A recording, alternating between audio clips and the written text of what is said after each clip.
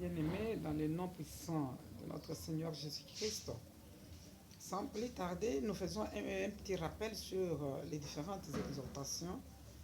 Et en premier lieu, nous avons vu les lois, que nous sommes un peuple différent des autres peuples à base et à cause de nos lois. Ces lois qui ne nous permettent pas de collaborer, de nous marier, de nous mélanger avec d'autres peuples qui n'ont pas ces lois.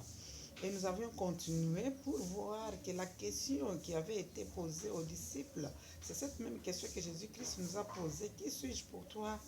Et ça dépend de ta réponse personnelle. Si tu es venu pour le mariage auprès du Christ, quand tu as le mariage, tu l'abandonnes. Quand tu as les enfants, tu l'abandonnes. Ça dépend de la motivation ou du motif pour lequel tu l'as suivi. Mais Jésus-Christ veut que notre vie soit basée sur la révélation qu'il est le Christ et le Fils du Dieu vivant.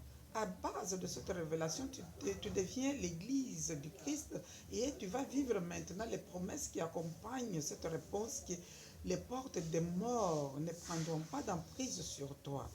Et nous avons continué pour dire que nous sommes l'église du Christ parce que la femme comme église, il porte le salut dans sa maison.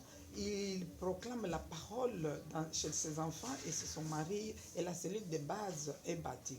Et sur cette même idée, aujourd'hui, nous allons méditer la parole de Dieu tirée en Luc 5, versets 1 jusqu'à 11. C'est un texte que nous connaissons, c'est sa base ou c'est sur la pêche miraculeuse.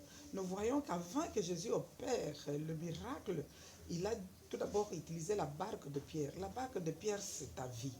Il faut tout d'abord chercher le royaume des cieux et après tu verras le miracle et la puissance de Dieu se manifester dans ta vie.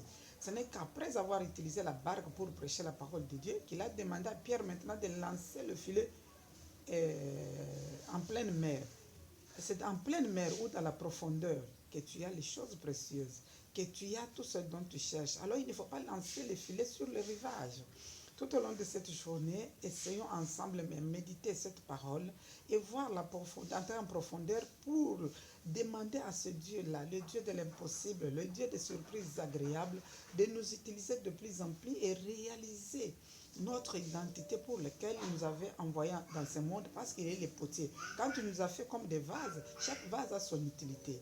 Que la paix nous accompagne et que le Saint-Esprit nous donne la vision pour comprendre les buts pour lesquels nous avons été créés et quelle est la marque que nous allons laisser dans ce monde.